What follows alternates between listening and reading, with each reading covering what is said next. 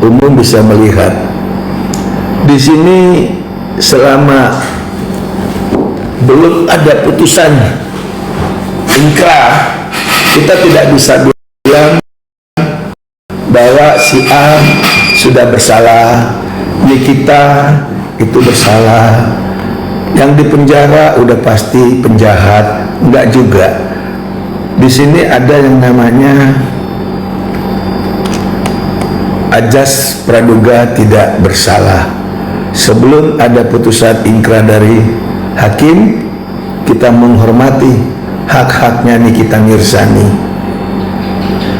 Jadi kalau dibilang penjahat yang di penjara, saya juga kok keberatan, karena ini bukan kejahatan yang luar biasa. Ini lazim di dalam dunia bisnis, di dunia hubungan sosial antara si A misalnya dengan si B. Itu masalah janji, masalah permintaan, masalah uang. Jadi bukan hal yang tadi luar biasa.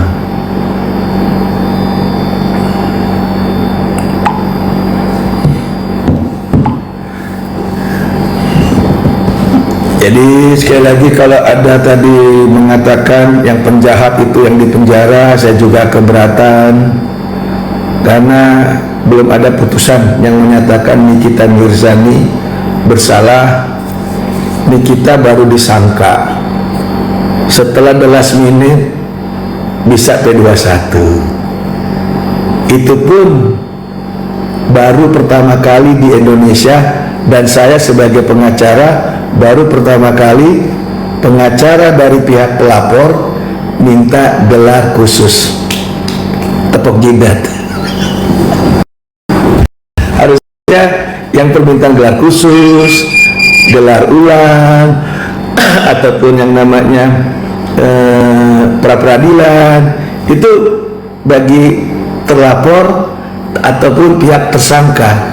Tapi ini baru sekali ini ada pengacara dari pihak pelapor minta gelar khusus.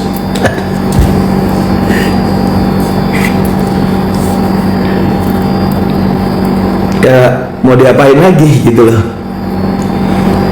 Ya kan? Nah kalau terkait masalah pasal 55 itu kan pasal turut serta, ikut membantu dan seterusnya. Tapi pokok masalah kita akan uji yang disangkakan awal, pemerasan, juga pencemaran nama baik atau pengancaman, dan TPPU. Dan lucunya ada uang 3 miliar yang disita. Nah uang ini dalam rangka apa?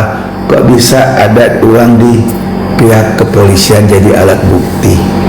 Apakah uang ini tadinya untuk RJ, restoratif justice, atau uang ini uang apa? Kalau memang sudah masuk ke pengadilan, sudah disidang, ya uang ini harusnya kembali lagi uangnya Nikita Mirzani.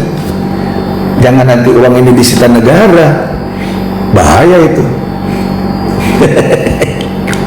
Bahaya, karena uang yang 4M kan dari pelapor kepada Nikita, kepada Mail 2 kali kalau nggak salah ya. Kalau nggak salah, mohon maaf kalau saya ada salah. Nah total 4M. Nah yang sudah ada di situ kata 3M.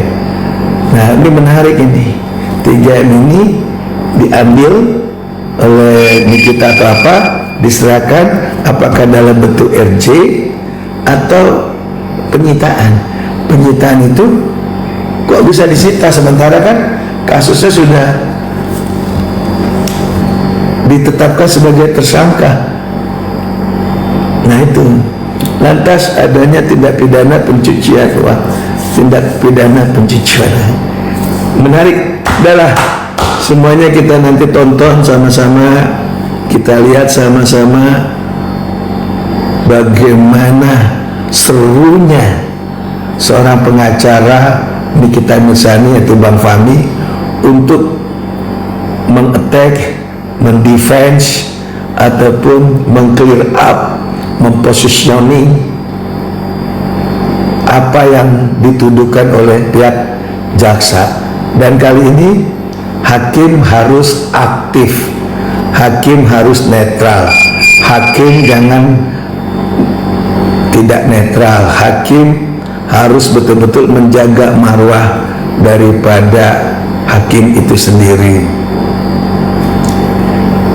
Nah, saya juga tertarik, semoga saya diberi kesempatan, diberikan kesehatan bisa hadir ke persidangannya Nikita Mirzani, minimal untuk mendukung daripada Nikita Mirzani dalam bentuk moral, dan semoga persidangan ini dipimpin oleh hakim yang bijak, hakim yang welas, hakim yang netral, hakim yang mau mendengarkan dua sisi, terutama dari sisi Nikita Mirzani ataupun Mail. Itu aja ya yang bisa saya sampaikan. Nah, lebih banyak kalau memang ada yang ingin tanya jawab atau ingin tukar pikiran, saya sih setuju saja, senang banget. Dan lagi pula kalau untuk Nikita Mirzani sudah ada Bang Fani, dan saya yakin Tuhan tidak tidur. Nikita tidak butuh pertolongan orang macam kayak saya. Nikita sudah ada pengacara hebat, yaitu Bang Fani. Dia akan bela Nikita habis-habisan, dan terutama ada Tuhan. Tuhan tidak pernah tidur. Maksud tujuan Nikita itu kan awalan membongkar daripada satu dugaan produk yang memang bermasalah. Namun dalam perjalanan itu menjadi permasalahan hukum kepada diri Nikita, berikutnya Mail. Dan sampai the last minute 20, 40, 30 plus 30 itu Nikita dalam status tahanan, yang harusnya kita berharap minimal ditaruh jadi tahanan kota. Namun karena dibilang atau gembar-gembar ada TPPU-nya, tidak ada tindak pidana pencucian uangnya, maka dianggap ini adalah extraordinary, kejahatan yang luar biasa. Makanya ditempatkan tindak pidana pencucian uang. Wow. Tapi saya ada pengalaman, klien saya disangkakan, didakwakan TPPO, tindak pidana perdagangan orang. Ternyata dalam persidangan tidak sama sekali ada hubungan dengan perbuatan tindak pidana perdagangan orang. Bahkan ancamannya hanya 1 tahun.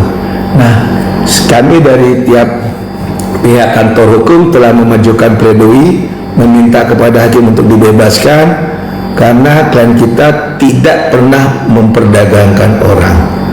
Syarat-syarat daripada TPPO kan tindak pidana perdagangan orang itu jenisnya ada, termasuk tindak pidana pencucian uang, itu definisinya ada. Dan ini akan menarik siapa nanti yang menjadi ahli daripada tindak pidana pencucian uangnya, bagaimana cara mencuci uangnya, nilai berapa yang dicuci uangnya, menggunakan mata uang apa dicuci uangnya, lantas caranya bagaimana uang itu dicuci, lantas siapa yang memberikan uang itu uang benar atau uang apa, sehingga harus dicuci, sehingga harus dibersihkan, sehingga harus disamarkan menjadi seolah-olah itu transaksi yang benar. Bagaimana dikatakan benar sementara asal usulnya sendiri itu masih diperdebatkan. Apakah pemberian uang itu merupakan satu komitmen? Apakah pemberian uang itu merupakan satu permintaan atas persetujuan, sehingga adanya perikatan dan adanya juga persamaan keinginan, atau hal-hal apa? Nah, ini sangat dikupas, sangat-sangat luar biasa. luar biasa ini. Nah, oleh sebab itu, kalau nanti dalam perjalanannya Bang Fahmi CS dengan teman-teman rekan sejawat bisa membuktikan, saya yakin kalau saya pandang dari segi hukum, Nikita Mirzani akan terbebaskan. Istilahnya ada perbuatan tapi bukan terkait pidana, yaitu oslah. Saya yakin itu. Nah, kita tinggal nanti lihat aja bagaimana prosesnya. Mudah-mudahan minggu depan lah sudah bisa itu agendanya, kita dengar kapan persidangannya gitu loh.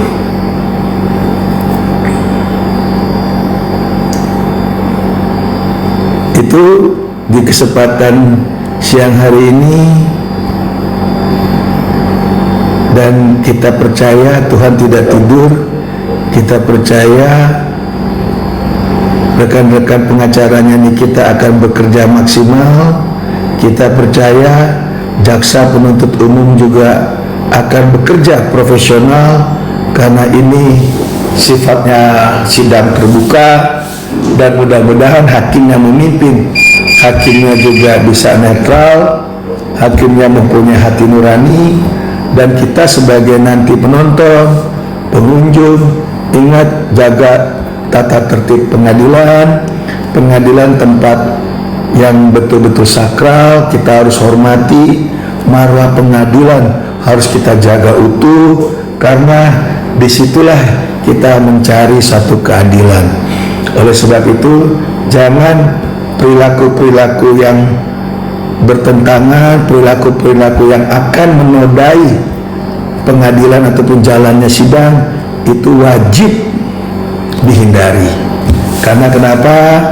Pengadilan adalah tempat terhormat, tempat yang harus steril dari hal-hal yang tidak harus steril. Sekali lagi, harus kita menghormati, harus menjaga kebersihan, harus menjaga keamanan dan kenyamanan gitu. Karena bagaimana apapun kita, pro dan kontra, suka tidak suka, pengadilan tempat orang mencari satu keadilan. Apapun pro kontra kita, apapun pendapat kita, wajib hukumnya pengadilan harus kita jaga bersama, pengadilan harus kita hormati bersama. Tidak semua putusan ataupun perjalanan persidangan memuaskan daripada masyarakat, tidak semua, baik itu proses di polisi, di jaksa, sampai nanti putusan pengadilan, pasti ada debatable, pasti ada pro dan kontra. Namun percaya, kalau kita benar, kebenaran akan menuntun kita selamat dunia dan akhirat. Kalau kita hidup baik, kalau hidup kita tidak bertentangan, Tuhan akan sayang sama kita. Percaya itu, karena Tuhan Maha Tahu, Tuhan Maha Besar, Tuhan Maha Kuasa. Dia tahu umatnya, perilaku umatnya. Dunia bisa dibohongin, tapi Tuhan tidak akan pernah bisa dibohongin.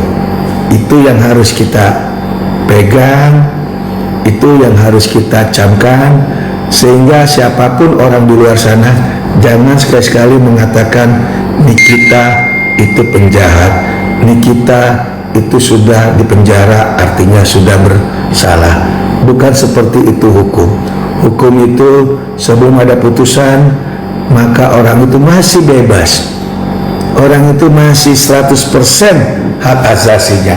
Hanya sebagian tertentu, salah satunya hak berkeliaran yang memang terkengkang, yaitu harus di dalam tahanan. Tapi hak hidup, hak bicara, hak mendapatkan makanan, hak untuk mendapatkan nafkah, itu masih melekat di seorang Nikita.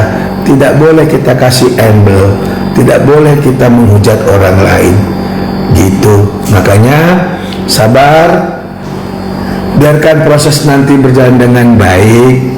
Mudah-mudahan kebenaran akan menemukan jalannya. Inilah yang akan dipertaruhkan di di dalam persidangan nanti, baik itu jaksa sebagai penuntut dengan dakwaannya, baik itu para saksi termasuk ahli, termasuk dari pihak kepolisian, saksinya kok bisa Nikita ditetapkan tersangka, kok bisa dibuat pasal pemerasan dan seterusnya, dan kesempatan pihak pengacara Nikita yaitu Bang Fahmi CS untuk mengcounter, defense, menyerang, segala macam pertanyaan dikupas, semua dikupas, ada kesesuaian atau tidak, dan nanti pihak hakim akan melihat apakah ini masuk ranah pidana atau tidak. Kalau memang masuk ranah pidana akan ada vonis, tapi kalau tidak maka hakim akan membebaskan Nikita Mirzani, yaitu ada perbuatan tapi bukan pidana, karena Nikita tidak pernah langsung apple to apple seperti saya bilang dengan pelapor, tetapi Nikita mendapatkan informasi dari asistennya yang bernama Mail. Jadi di sini harus betul-betul bijak, siapa pelaku utama, siapa yang hanya kena pasal turut serta. Nah, tidak bisa kita every bahwa Nikita yang melakukan begini begono. Belum, ini masih berproses.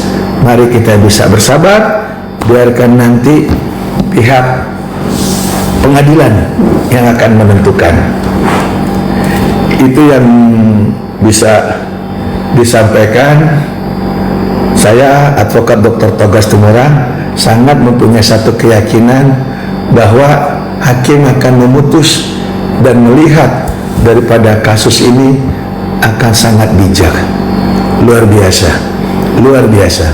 Dan saya yakin Tuhan akan membantu seorang Nikita Mirzani. Saya yakin itu. Kita tonton aja. Ya, walaupun Nikita itu orangnya ceplos-ceplos, saya juga orangnya suka ceplos-ceplos. Saya juga banyak yang gak suka. Saya juga banyak orang yang ingin kriminalisasi saya, banyak. Tapi saya berserah kepada Tuhan. Kalau ada campur tangan Tuhan, walaupun kita masuk lumpur sekalipun, berlian tetap berlian, emas tetap emas. Berlian tidak akan bisa tergores. Berlian mau diapapun tetap